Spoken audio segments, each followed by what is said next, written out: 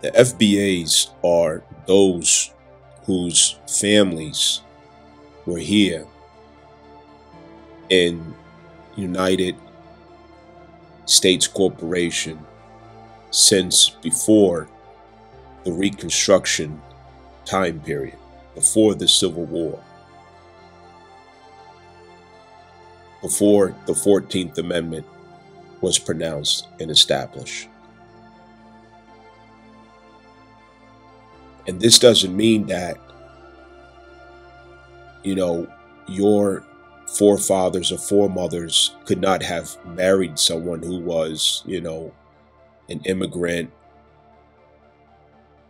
or whichever else, but a foundational Black American, so-called. You were here before the 14th Amendment. Your family was here before the 14th Amendment. You just got here in the 90s. You just got here in the 70s. You just got here in the 80s as a so-called African or Black American. No, you're not a foundational Black American. You may be an African American, but you're not a foundational Black American, African American. Now, where this is going to take some sensitive turns, the conversation of reparations is in the air. I'm not mentioning that because I'm for it or against it. I mention it because right now, everything's about status and the undoing of non-descendable statuses. Not by the intention necessarily of those who hold power, but by the timeline of this universe that insists that this justice comes back around sooner or later. The Non-Descendible Incorporated FBA will sooner or later become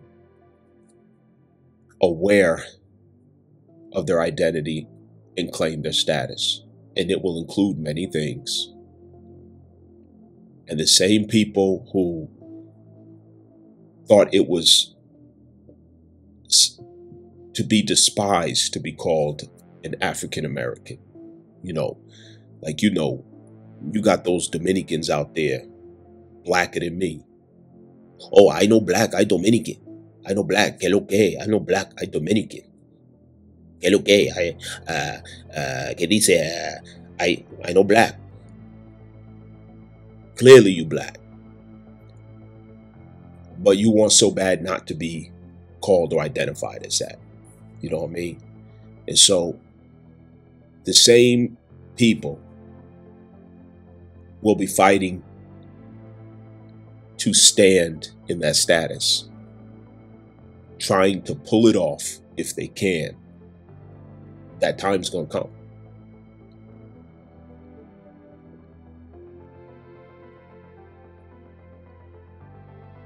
I'm putting out a lot of content trying to come from every different angle and perspective about status, because status is a serious thing right now.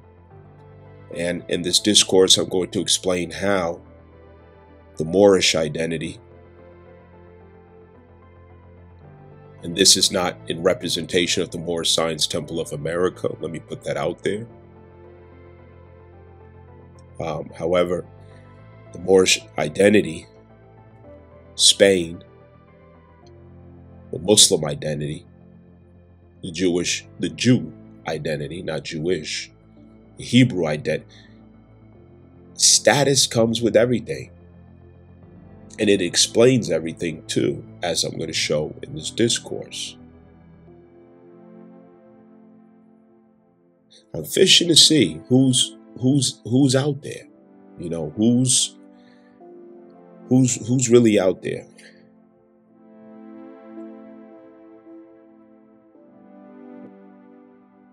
There's a lot I gotta say between, the lines. It's tripwires all over this thing. You understand? So I can't really speak as naturally as I really want to, but do the best I can. Understand?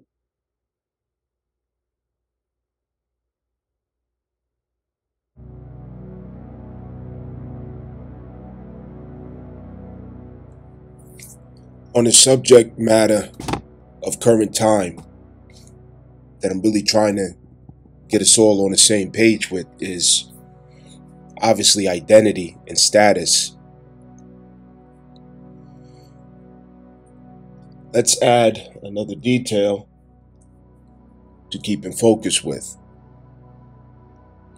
And I want you to think about descendable and non-descendable. I want you to think about this, okay? That is Descendable, descendable and non-descendable.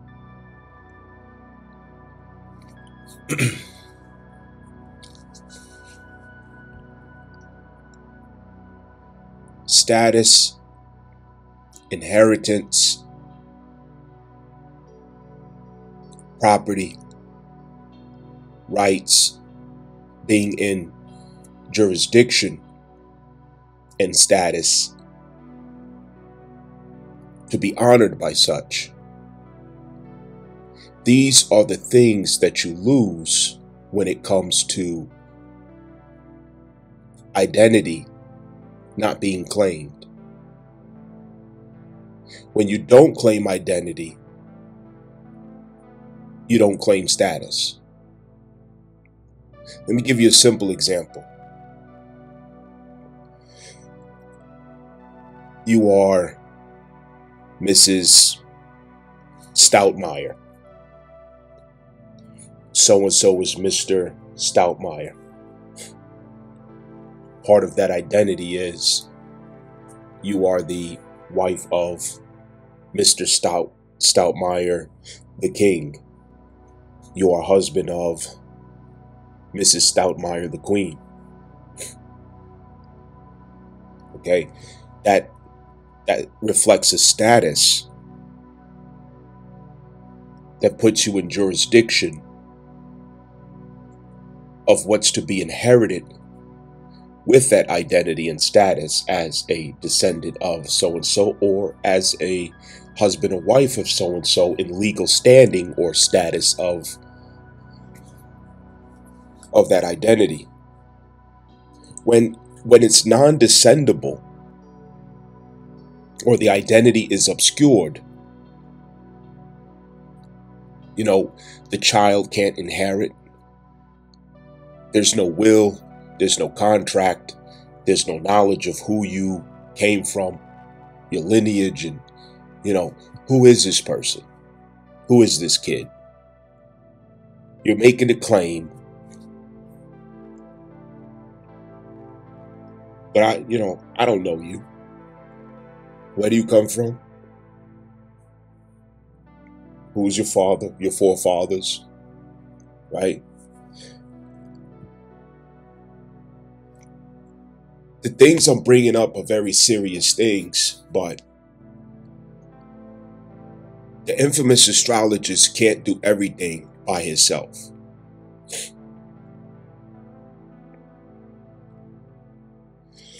The so-called black people out there, you got to get louder than the so-called white folks out there. I'm talking about on my channel, in my audience, who shows far more initiative than most of you do, and being present with the information or awareness that's being presented here. And this is the case in America overall with us. You're the last one to fight for yourself. You're the last one to care about yourself. You're the last one to show initiative for yourself. You're the last one to support someone who stands in your favor. You're the last one. You're the most ungrateful being that exists on the face of this earth. That's a fact. No one is more ungrateful than you.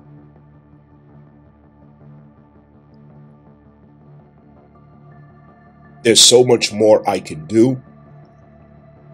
if you acted like you had a pulse. So much more I could do. The matter is more serious than what your attitude may allow you to receive.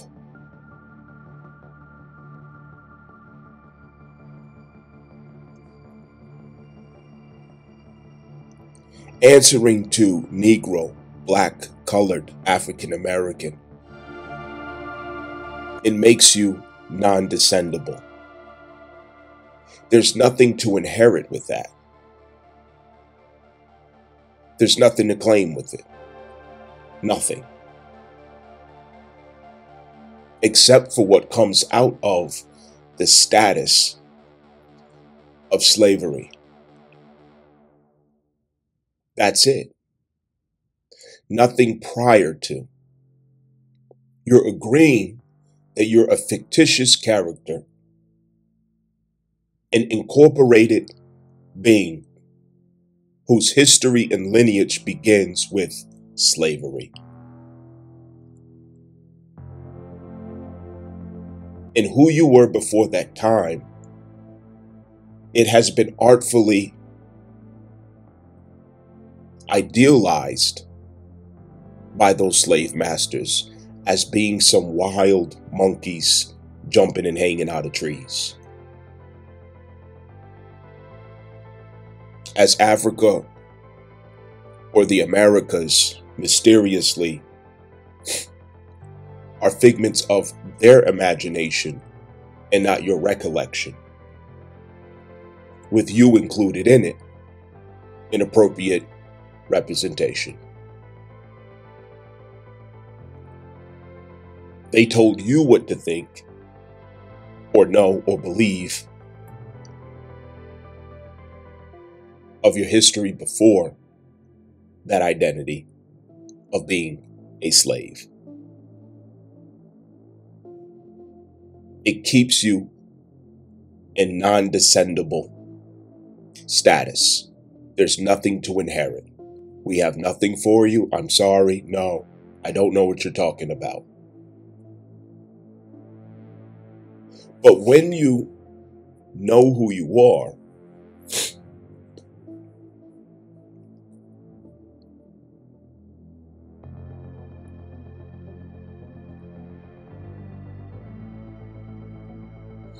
what you're in position to claim is the status of your forefathers, which comes with the inheritance of your forefathers, jurisdiction of your forefathers, and the inalienable rights that comes with the natural person who your forefathers were. Because as it is today, the natural person cannot be Negro, Black, Colored, or African American. There's no such thing. That is a fictitious character. It contradicts the definition of natural person with inalienable rights. Only the natural person has inalienable rights.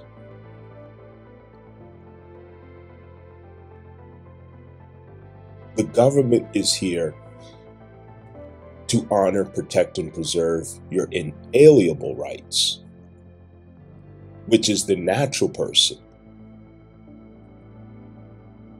not the microscopic details of the fictitious person.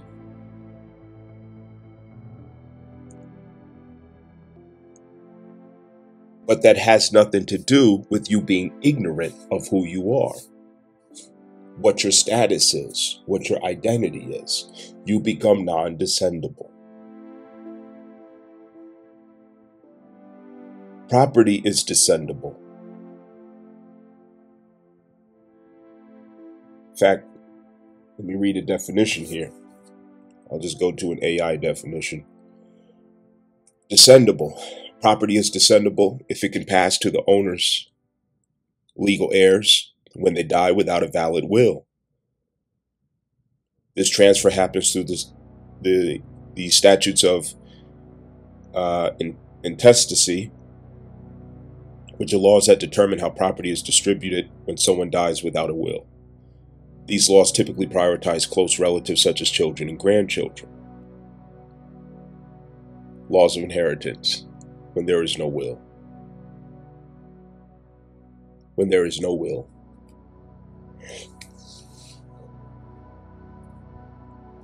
Now, where does this non-descendable status come in at today? I want you to follow me here. And let me clarify before I even go ahead. This is not just for so-called black people, okay? I know that I have to move through this stuff and talk about it, but I'm not here to make anybody feel, unwelcome or uncomfortable because I'm talking about this. If you are black, white, Chinese, European, Jamaican, I don't care what your status and nationality is, okay? I believe that this can be beneficial for every single person who's listening. And I don't care what your demographic, nationality, gender, whatever else is. I welcome you here and I celebrate that you're here. And I believe that this can be beneficial for you too. So let me just put that out there. This is not exclusively, you understand, for any particular people. However, I have to use my own reflection to speak sincerely. Okay, so that's where I'm coming from.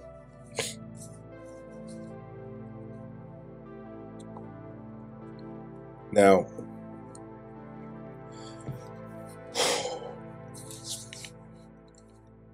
identity politics started out with Democrats, and liberals, and now it's taken a different twist in identity politics. The identity politics during the reign of Democrats and liberals, it was very surface about race. Now that Republicans are in the office, Republicans do not entertain race. That's what people don't understand. Democrats entertain race because Democrats manufacture consent. And to manufacture consent, you have to depend on and rely on the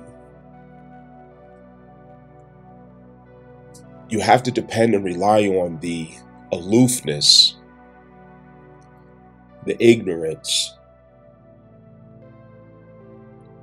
the limited understanding, the superficiality. That's the right word. You have to rely on the superficiality of the people, which is why Democrats depend heavily upon putting women in front, putting women in charge. Okay?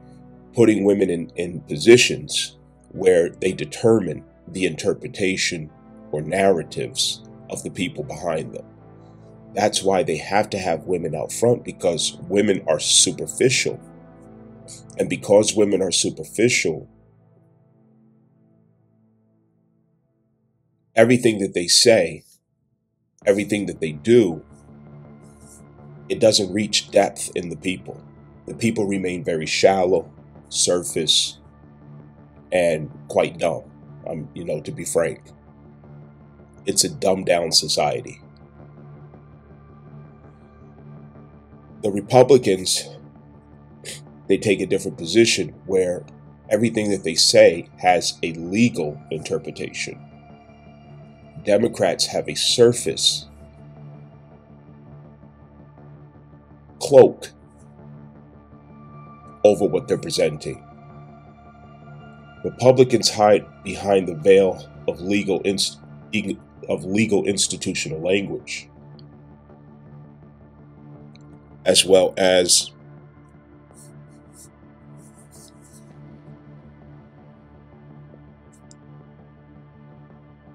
legacy of gnosis.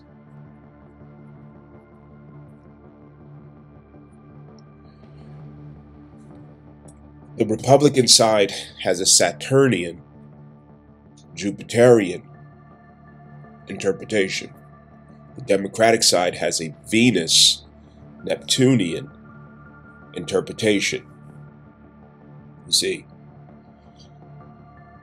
The South Node Virgo has us to work against the Venus interpretation of our reality in life, so we cannot interpret things the same way in this timeline.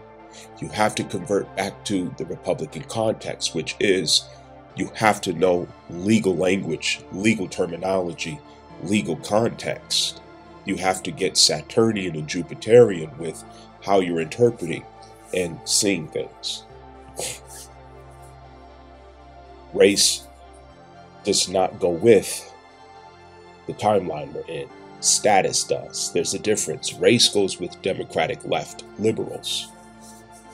That was Venus. Okay?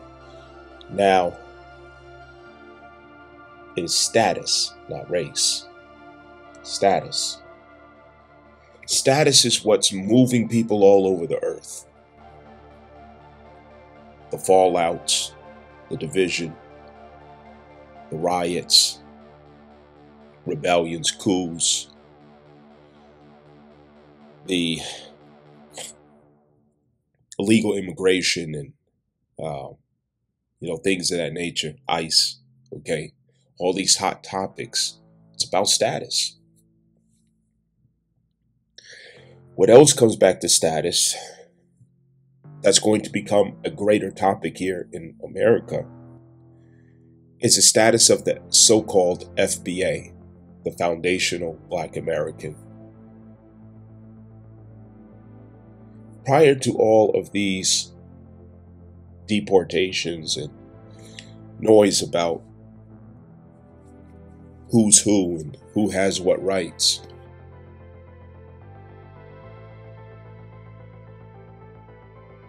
there's been a lot of secret competition with FBAs, okay? Islanders, people from Africa, so-called black people from all kind of demographics and nationalities. People love to talk shit about FBAs, Foundational Black Americans.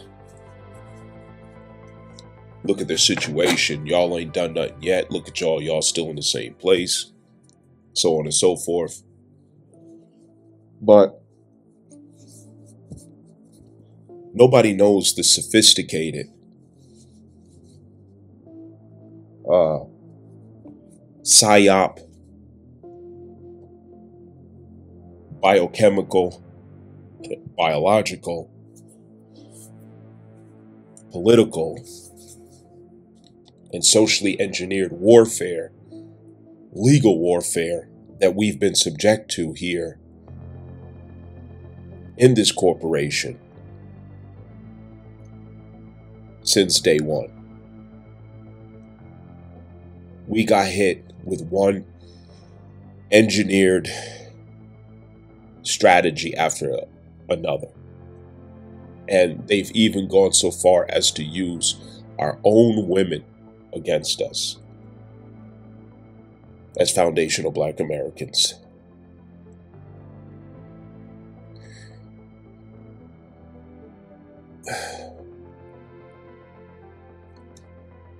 It's a little challenging to explain these things in a safe way, but I'm doing the best I can.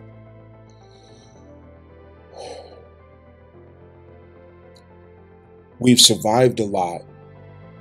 We've overcome a lot. But what we're doing is not good enough because we don't have the right focus. Foundational Black Americans are a mysterious people. In essence, the bottom line is that we are Hebrews. That's our natural status.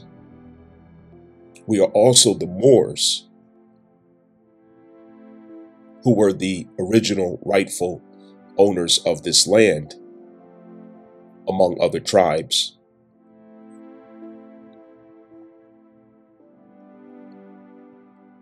And a lot of people right now are going to start trying to pretend like they are FBAs. pretend like they are foundational Black Americans. Now, a lot of us have parents or grandparents who are from islands or other nations or whatever else. And then on one side of the family, you may be able to trace your roots back to origins in this continent. And those foundational Black Americans tend to be those same ones who never had other flags up in their household. Certain dishes and food from other cultures that they celebrated in their household other than soul food. You know what I'm saying? Soul food. If you didn't grow up with all kinds of other flags and soul food and other cultural foods and conversations and languages in your house, you ain't no FBA. You're not a foundational Black American. Foundational Black Americans are a specific people. Out of adoration, we call ourselves, niggas. We grew up calling ourselves niggas. Okay? If you're from other communities, you did not grow up calling yourself niggas. You know what I mean? And, everybody who is American knows that that's a fact. You know what I'm saying? From day one, foundational Black Americans, we call ourselves niggas. You know what I'm saying? Man, niggas is, you know what I'm saying? And niggas and this nigga, islanders and other people, they come over here and they start adapting that vernacular and lingo, that we created or originated, that came from, the hip hop culture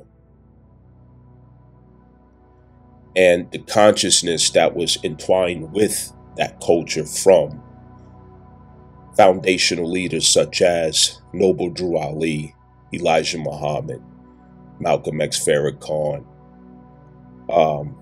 Clarence 13X, fathers of funk and blues, like the Bobby Birds and James Brown and, all these other things. Watching movies, like the, Super Mac and all these other.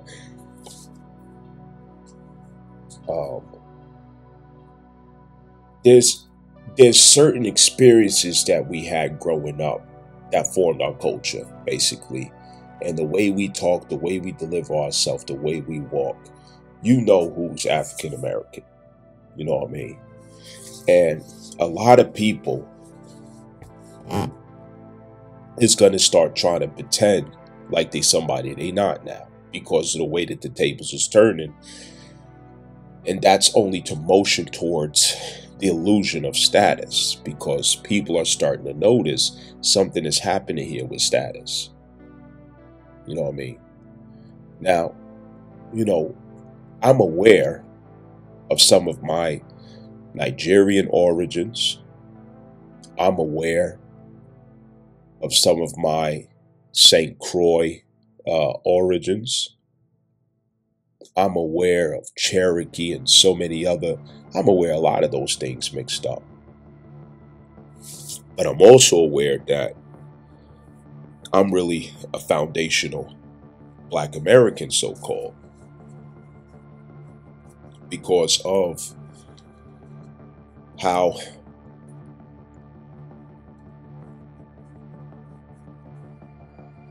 because of the proof in the pudding and who my four fathers and mothers were, and lineage dating back to actual slavery and so-called Native American tribes, Cherokee.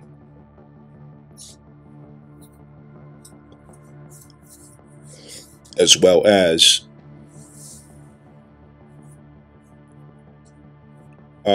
other Moorish tribe identifiers.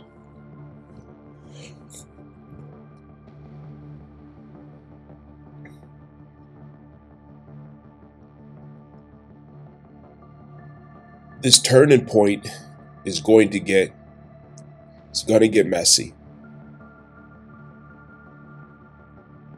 It's going to get messy. And people going to start pretending like the foundational Black Americans, for the status that comes with it, the illusion of security that comes with it. But here's the thing. People don't want to fight for us. People don't want to stick up for us or defend us, except the children. But somehow, people who are not children,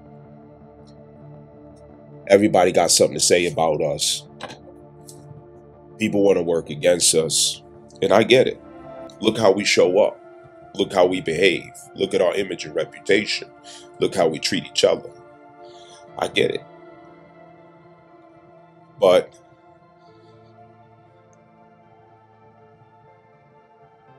pay attention to who tries to change who they are. Pay attention to that. To who tries to change who they are. All of a sudden.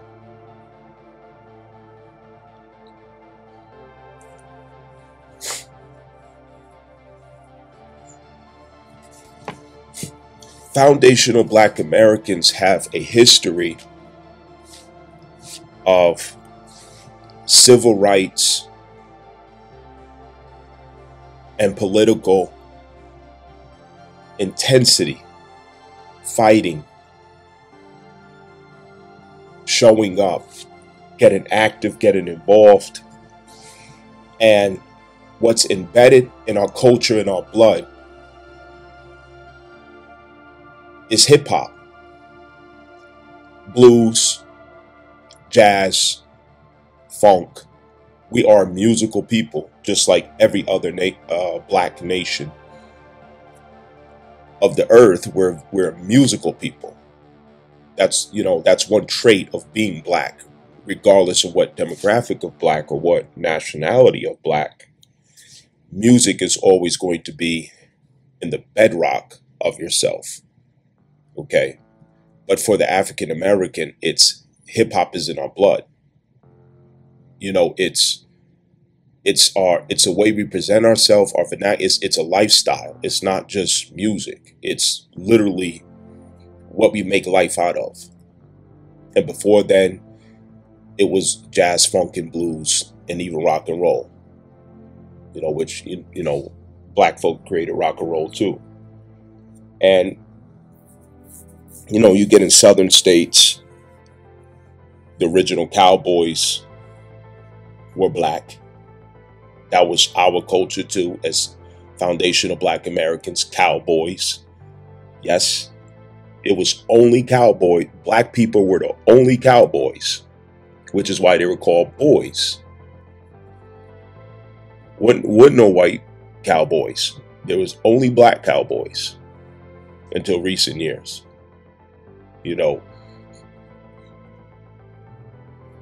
What I'm trying to say is, these are things about us that we're not impressed by or putting an act on with. No matter how hard we try, we can't get it out of our expression. We can't get it out of our blood because it's who we are. And our children come out the womb expressing it, reinventing it naturally. I mean, y'all hear how hard I struggle to, get a certain tone out of my energy so that I can be a little more palatable and, to the people out there. But you can't get it out your blood. It's in you. It's just who you are. Foundational Black Americans knows who's foundational Black American. You know yourself when you see them. And you hear it, you see it, you feel it. You know who's who. You know what I mean? But the point I'm making is that a lot of people gonna start trying to jump ship and and pretend from other flags and pretend like, yeah, I'm down with them, I'm with them, I'm that's my status. It's about status, not race. And a lot's gonna come with this because the FBAs are going to sooner or later be able to inherit the status and rights and even property of their forefathers, because we are going to come into the full knowledge of who we are, because that's what time it is. It's going to happen. But there are intentional things that we have to take responsibility to do. And among those things is honoring each other, getting along. And honoring each other and getting along is not so simple as, don't talk about me no more. Only say nice things about me. No, that's delusion. Accountability has to come. And if you don't show accountability, someone else has to hold you accountable. And that usually comes in a form of shaming, because you don't have shame for yourself. So somebody has to shame you until you learn to have some shame for yourself. And y'all already know where I'm going with this. Our women, foundational Black American women, have a horrible, they have very bad character. They have a character that is totally destroyed and corrupt. It's not trustworthy. It's risky. It's liable. It's dangerous. It's filthy. They have a horrible character in their collective image and presentation. The arrogance, the narcissism, the betrayal, decades and decades of it. They have to make up their mind in who they are. They have to make up their mind in who they're with. They have to make up their mind in what their sacrifices and their love is for. And they've got to focus it. And they have to come out of the delusion and get grounded in reality that the common woman is for the common man. The special woman is for the special man. Because everybody is not special, and just like everybody's not common, everybody's not special. They have to get out of that princess delusion that they're walking around with, because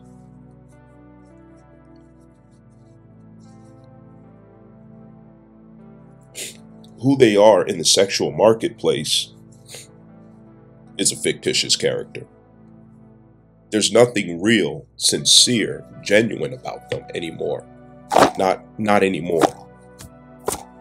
In recent years, since the internet has taken off, the 2011 time period that I started speaking about in the last video, they have become something unrecognizable. Education has done more harm to them than it's done good, because it all went to their head. It served their ego. It served their pride. It accelerated division. 70% of divorces are initiated by women. 90% of the 70% are college-educated women.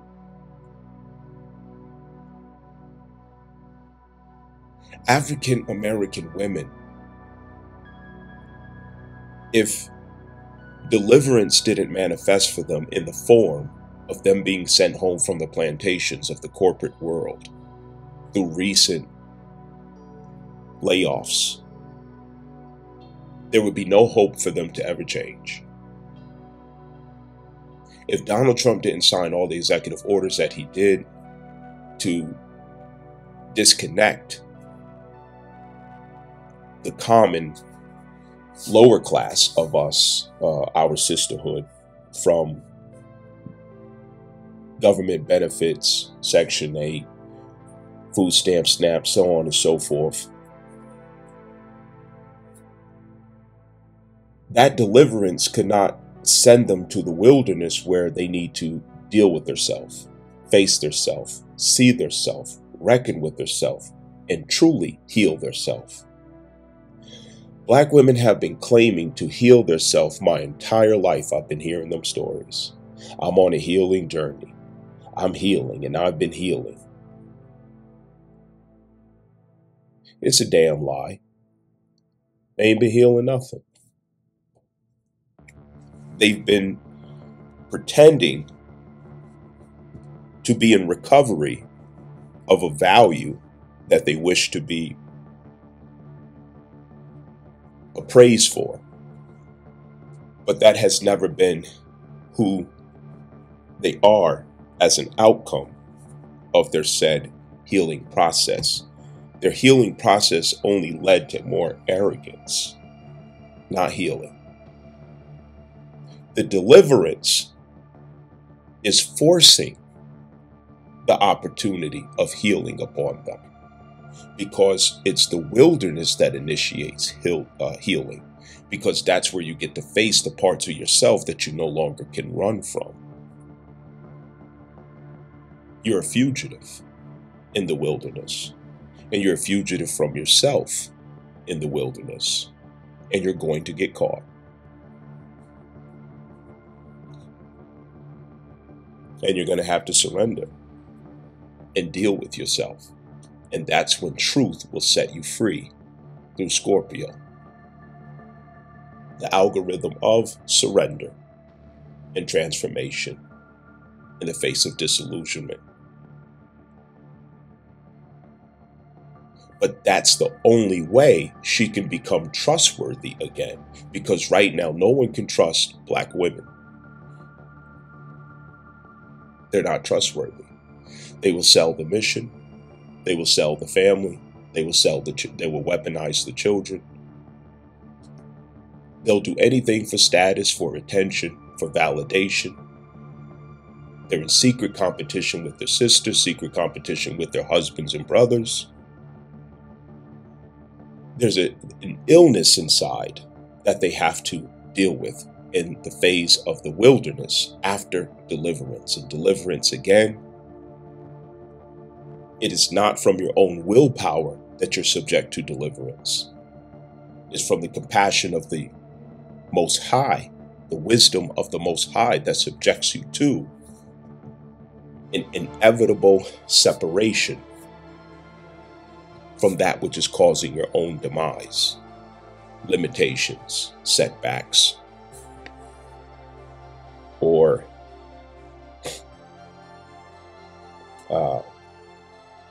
arrested development. So the foundational Black American woman, she's headed to the wilderness to reckon with that.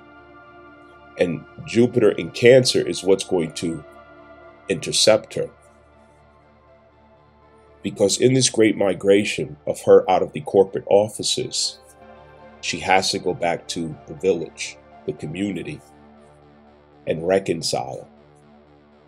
She has to retrace her steps, the bridges that she's burned, everyone who she passed on the way up the ladder. She has to give an account for what she did with her freedom and the positions and status that Massa gave her. She has to give an account for that. And it's coming.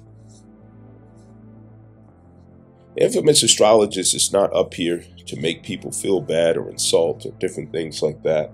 And I'm well aware that this can come across that way. But I don't mind being disliked. I don't mind being hated. I don't mind it because I already accept. I accepted long ago that that's what's going to have to come with it. But one thing that I know is that in the end, no one would be able to call me a liar because I know that truth is going to defend what I'm saying. That's what I know.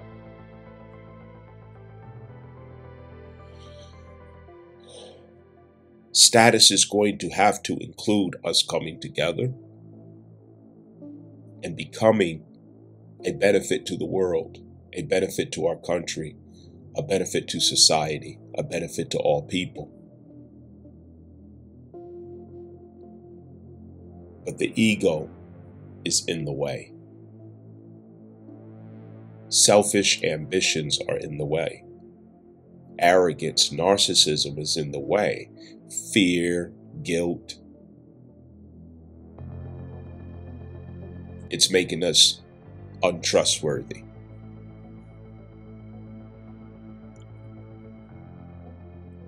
Every people is being sent home.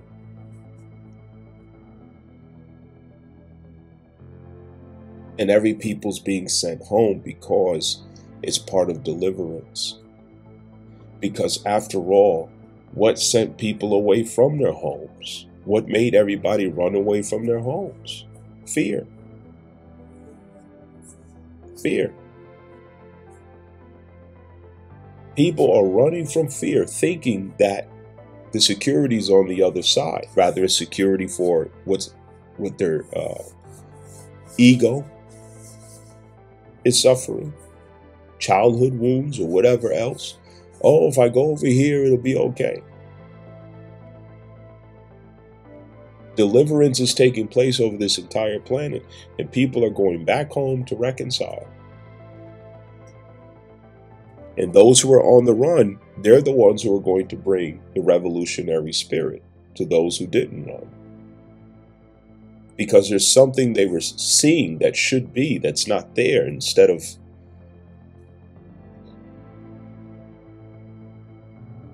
being part of a collective process, which maybe they didn't have the option. They were seeking innovative ways to make solution. In doing so, they picked up experiences, insights that they're bringing back to the cells of their origin. And it's going to become a revolution. And it's going to be violent. Healing is never easy. But what comes of it is a beautiful thing. Status. There's a lot more in who you are. It's part of what I'm telling you.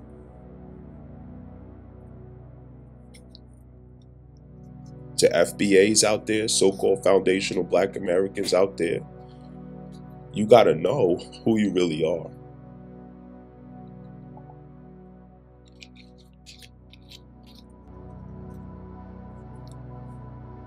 And the women, you got to, don't repeat history. You got to pay attention this time. If you're women who are not African American, so-called, you should see what the African American woman has done and take notes.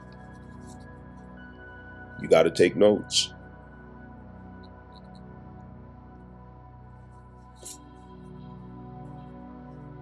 She went headlong into feminism, and look what it made out of her.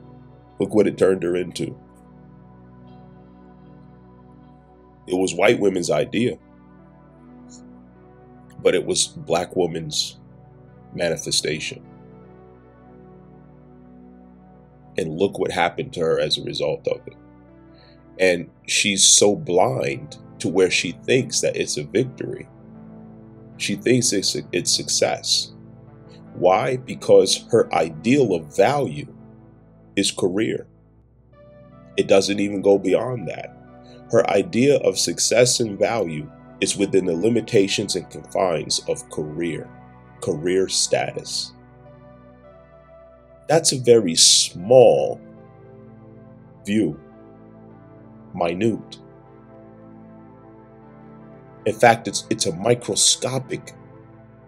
It's a very pin needle view that the sum total of your perception of success, power, greatness, value It's all in career status. Career status. That's the limitation of her perception.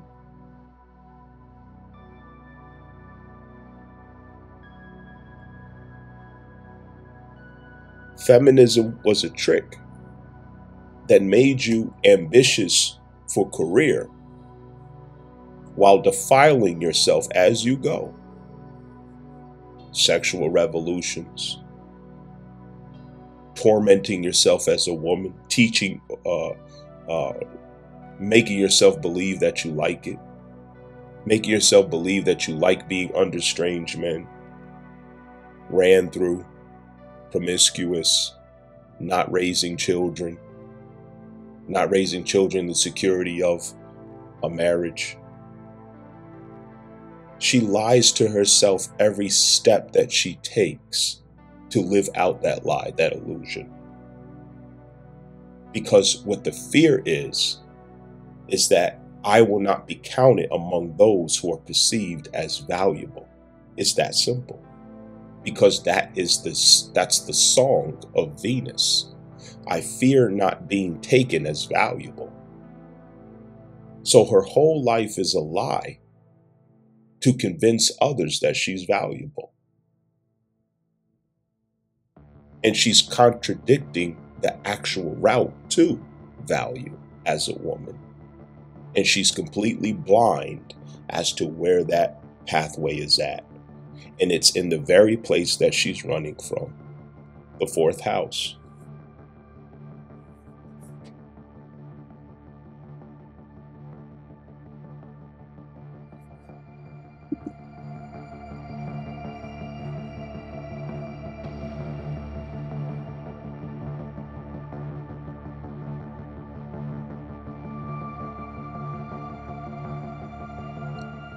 The secret treaty of Verona, which was around 1822, this was about an agreement through the Spanish Inquisition to control any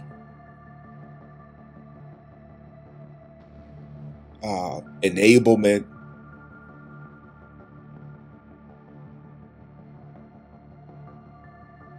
instigation, or promotion of revolutionary ideals or behaviors. We have to cut off any potential for any kind of revolutions to be taking place. We got to cut that off. This was done through propaganda, media, and infiltration in societies. Look at Burkina Faso with Ibrahim Traore. Look at the so-called African American community in our entire history with Jim Crow. We gave hero after hero after hero, revolutionary after revolutionary, and every single time, propaganda and infiltration is what it was ended by. Every time. Anytime somebody steps up to speak the truth that could change anything, you're out of here. If they don't take you out with a bullet, they'll send some woman with a tight skirt on to say, oh, he did this and he did that. He did this to me or he did that. To either take his money or corrupt his image. Every time.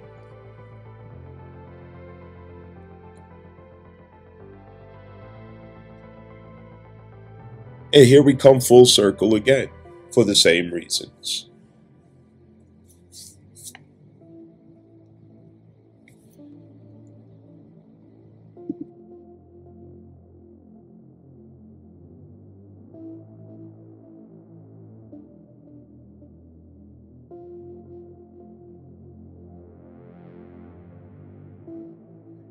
The layers of loss are so many. Lost, not lost, but L-O-S-T, not L-O-S-S. Lost. It's so many layers. You know, within the fictitious character, we are known for playing the role in America as fictitious characters of fictitious characters. For example, everything with us, we always seem to want to go to be entertainers, dancers, musicians, basketball player, football player. It's like you decided somewhere that your role is to entertain the world, to make people laugh, smile, and clap, which is okay. But it's not okay when you've done that without showing up in your purpose collectively, which that always had to do with politics, social sciences, progressing societies, awareness, and their expression of fairness and justice. You've always been the guardian of those things, but somewhere you stopped.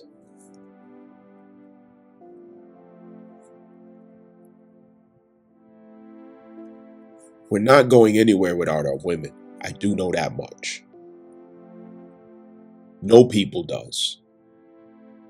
No demographic, no nation, no people can go anywhere without their women. But our women want to lead the way.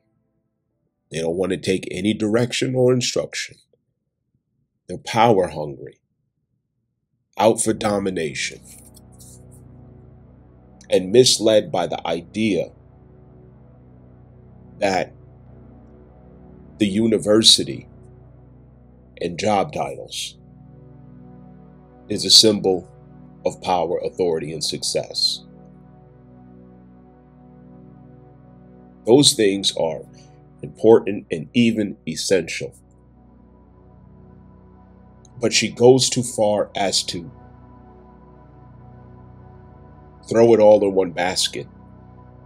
That's where the sum total of value of being is at for her, but she in of herself proves that that is not the case. Because in all of your education and all of your ambitious career success, it still has not equaled to an outcome of you having a family, man, woman, child, of you being married, of you being desirable even. You have become the least desirable woman.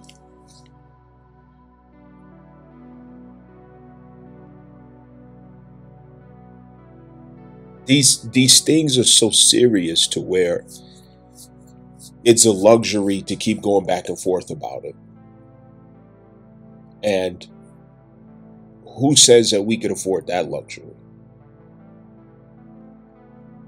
Are we going to accept the truth and go from there? Because there's a lot to be done. There's a lot that has to be done. I'm in a place of trying to explain things that are damn near impossible to explain, it seems, or feels. But, I'm trying. You know what I mean? I'm trying. And I'm also doing so without necessarily feeling the support to do so, because it is risky. It's a lot I could say. It's a lot I could share and explain, but not without great risk.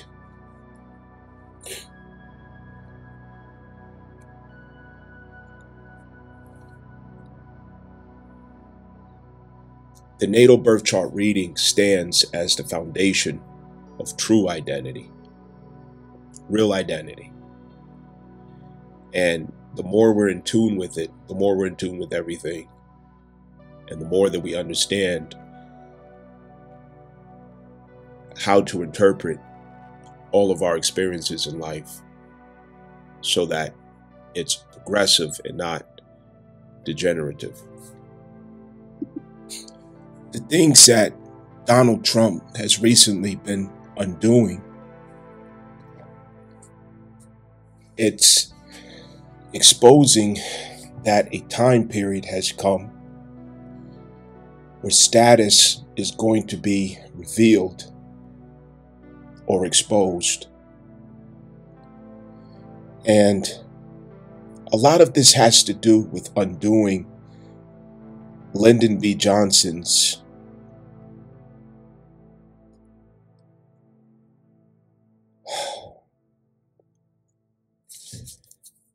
it's the safe way here. A lot of this has to do with Lyndon B. Johnson's control of that narrative through the African American woman. He motioned to put her out front and to put her on top of the African American man, so-called, the fictitious characters. The African American man was the only one in this corporation who was in position to keep the truth known, loudly spoken, with organization and force behind it as a mission. And a lot of this had to do with the Spanish Inquisition.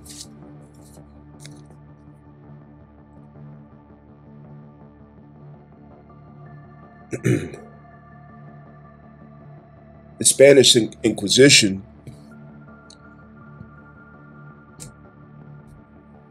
in modern times, it would have its secret orders in the 501 EC Skull and Bones, Lyndon B. Johnson order, and Yale University around 1800s, 1832, I believe it was. Yale University, it was, founded the Skull and Bones, with the number 322, etched into it.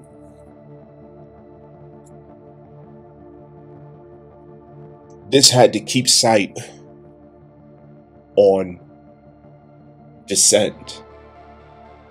Okay, it had to keep sight on dissent.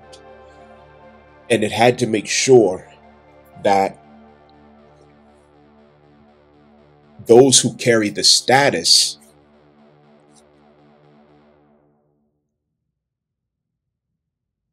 from the Spaniards through the Moorish Empire, it had to keep them in the place where they did not know their status so that they could not claim it. It had to keep them in a certain place. Notice I mentioned the Spanish Inquisition, and that already clarifies this territory or continent as being the Moorish Empire, an extension of the Moorish Empire.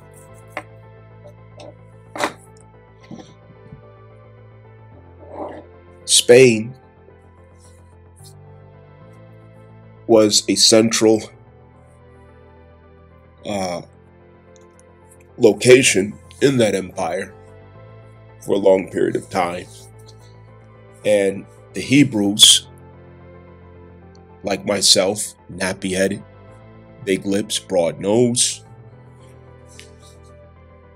we have an identity to claim, which comes with status and inheritance. But if we don't know it and we're answering to Negro, Black, Colored, African American, you're not in status, you're not in jurisdiction, and you are non-descendable. Non-descendable. And what Lyndon B. Johnson started was through the welfare state. And I'm old enough to remember when it began, that is, when it started to become a common thing. The black woman traded the black man for a false promise of independence, competitive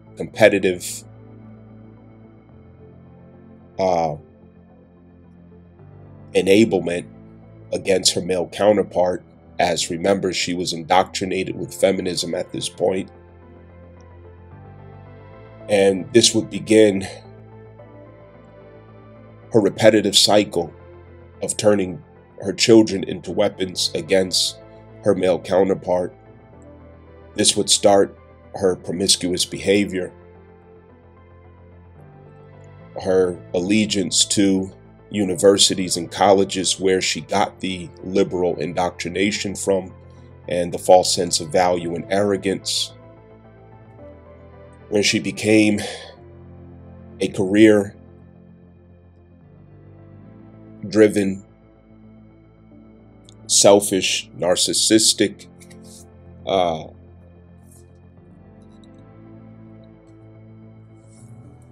fugitive from herself and from her community, causing division, imbalances, disharmony to the black family unit.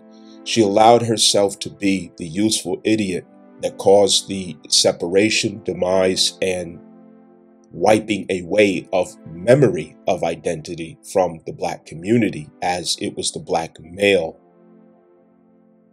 who kept those lessons en route, who kept those teachings moving. You all hear me every day on here, and I'm just a remnant of what used to be common in our communities. I'm 42 years old. I was born in the 80s, and I come from where generations before me, this is how black men used to be. This is how we used to be. I remember it. We were teachers. We were enlighteners. And we taught properly. Not like what you see today. You know, these 19 keys figures and, you know, people like that who they're like women. You know, it's about the looks, it's about the surface and attention and clout. And no.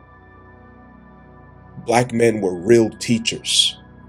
If they weren't pouring sweat at their face.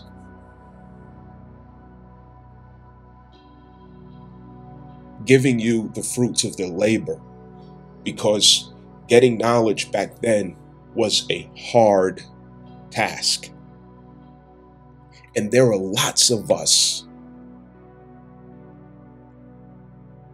And they were just like, I'm just like them. But they were better than me. And it was so many of us. We used to be the enlighteners of the community. But the black woman, she fell for the trick, for the spell of Lyndon B. Johnson.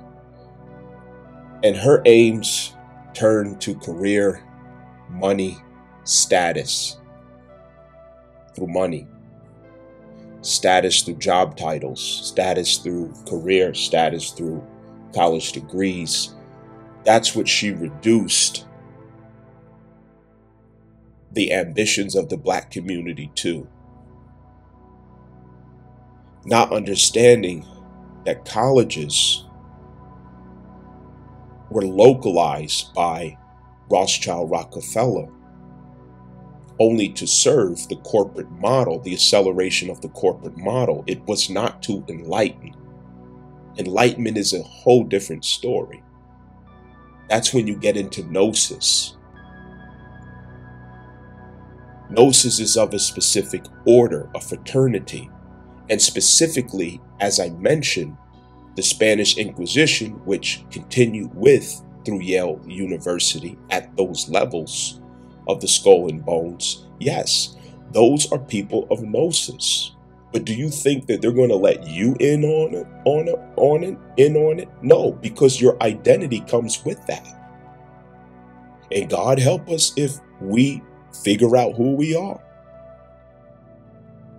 See, black women, they're caught up in their crisis with their value, but they don't know how to obtain actual value, so they get lost in their attempts at value, and it becomes futile, and they damage their self and others and their children along the way in that futile mission.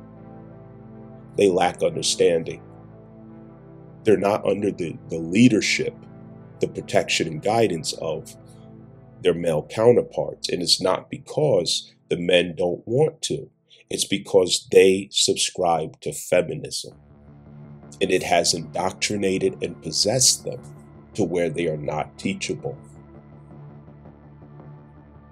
You can't help them. There's nothing you can do. They are a lost cause in this generation. You cannot save them. But the point that I'm making with this is that status and identity, it's part of the bigger picture, the Spanish Inquisition. The Spanish Inquisition includes a very forceful, violent strategy towards global domination. And it went aggressively against Jews and Muslims. And you might say, hold up, but this corporation supports Israel. First of all, those are Zionists, not Jews. You see how there's illusions here. Those Zionists are Europeans who pose as Jews. Jews include not only the Hebrews naturally, nappy head, big lip, broad nose, but it also includes those who are of the status of gnosis, because it's a level of enlightenment as well. But what's the threat with that level of enlightenment? Part of the threat is that those of the North American corporation called Hebrews, whose natural status is, natural identity is Hebrews, that they should come to the knowledge of who they are. And the picture gets exposed. So let's get rid of who knows these things and limit who knows these things within secret society so that the outcome can be anticipated, managed, and controlled. And who becomes aware of such. That's part of it. As long as the black man and black woman, so-called, is separated, man, there's very little that can be done. She fulfilled the story of Adam and Eve all over again, with Lucifer standing right between her. She took the fruit again. And once again, she got us expelled from the Garden of Paradise. What puts us on In the Garden of Paradise, our status, jurisdiction, the knowledge, the awareness thereof, because it comes with protection and inheritance. It comes with everything that your forefathers ever had. But the black woman, she won't listen. She got the loudest mouth, the most education from these universities, but not knowing that it's part of the plan. Her education did not help her character. It didn't bring her into wisdom. It did not enlighten her about who she is or how to obtain actual value. It's within the confines of her ideals of ambitious career pursuits. And that's the limitation of the value she's able to extract from it. Everything else about her is a defilement of her identity as a woman in and of itself. The promiscuous behaviors, the bastard children, the terrible character and image that she's made of herself, the shamelessness.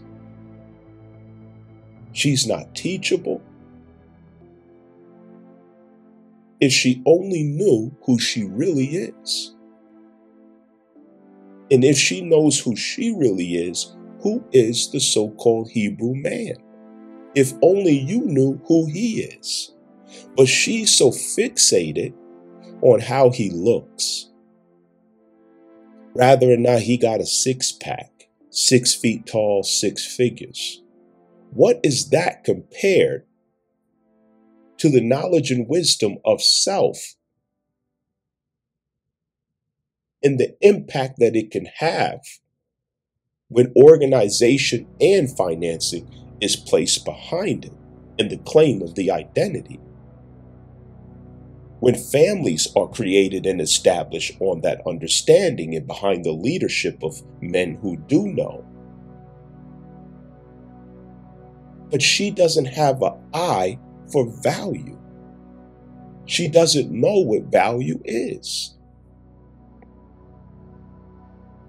She has a superficial stigma in her eye, and it misses all value.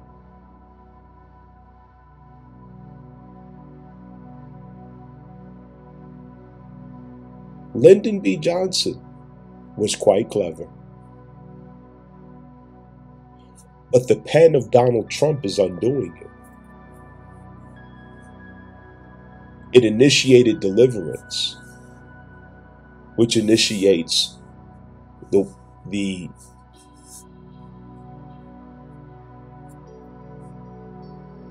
journey through the wilderness. And that arrives at freedom through claim of identity. And this is both spiritual, political, social, and on a national level. It transcends all aspects of the self. But at the end, it's the realization and acceptance and claim of who you are in all expressions of the self. Who she is, it includes her natural male counterpart because she's a woman. But in her defiance and spell of feminism, she could never accept that that is the case.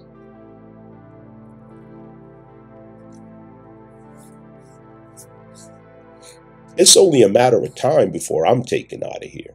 I already know it. Because the more that it gets realized what I know and understand, the closer I am to my last days. I already know. And I accept it.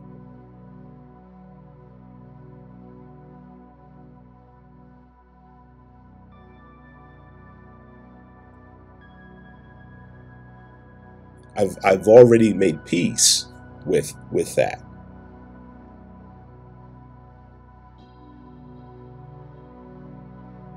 I'm just another proof that we've always known,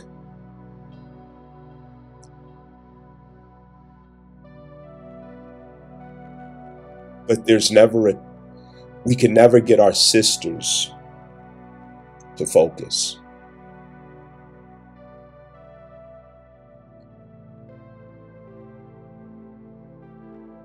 They indulge in distractions, everything that doesn't matter, everything that doesn't make the difference, they indulge in it. They get caught up in it, they get lost in it. So here we stay, because nothing moves without the woman.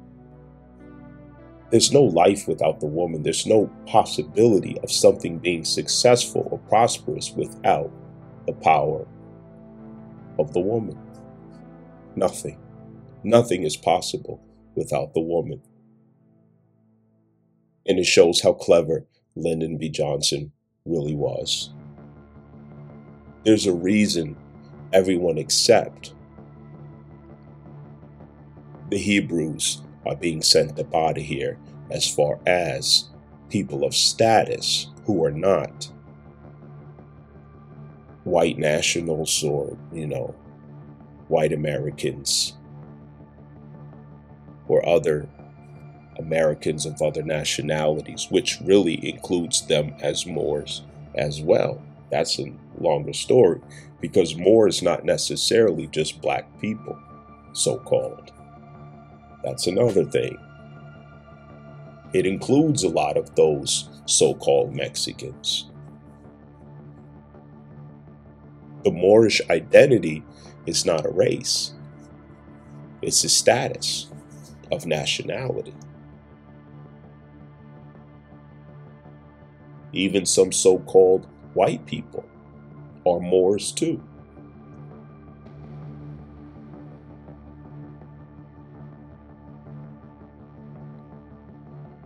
I'm rambling, but I'm not rambling.